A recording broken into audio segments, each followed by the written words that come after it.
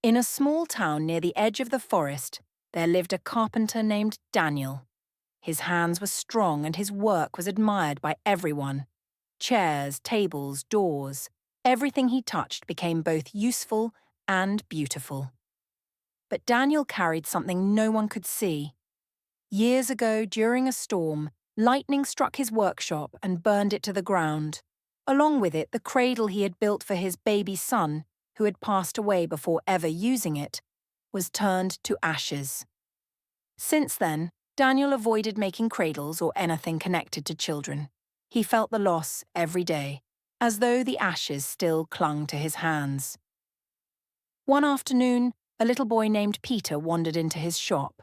He watched Daniel shaping wood and asked, "Master Daniel, why do your eyes look like winter even though it's spring?" Daniel looked at him with a heavy heart. "Because, child, I'm still holding on to what burned yesterday." Peter thought for a moment and then said softly, "But if you keep holding ashes, how will your hands be free to build today?" That night, Daniel sat under the stars, listening to the quiet of the forest. The trees swayed gently, their branches scarred from old storms, yet they stood tall, reaching upward. They did not cling to their broken branches. They grew new ones. Daniel understood.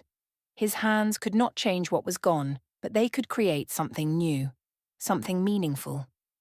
The next morning, Daniel picked up a piece of smooth wood. With care, he began carving another cradle, not to replace what he lost, but to give as a gift. When it was finished, he gave it to a poor family in the village. The joy in their eyes healed something in his heart. From that day on, Daniel no longer avoided the past. He carried it gently, but he did not let it chain him. For the first time in years, his hands felt light.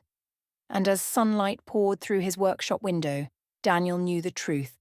Yesterday was ashes, tomorrow was wood, yet uncut. But today was the piece in his hands, waiting to be shaped. Reflection. Many of us carry ashes from yesterday, losses, failures, moments we wish we could change. But holding on to ashes keeps our hands full, leaving no room to build something new. The past teaches us, but it should not imprison us. Let go of what is burned. Use today to create, to give, to live.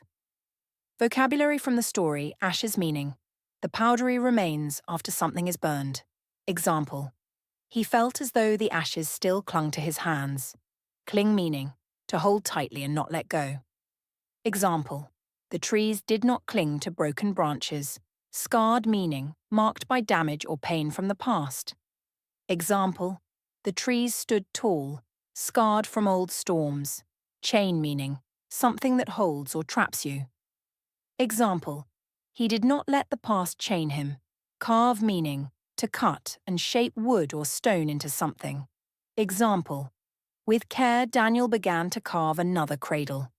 Imprison meaning to trap or keep someone from being free. Example, the past should not imprison us. Don't forget to like, share and subscribe.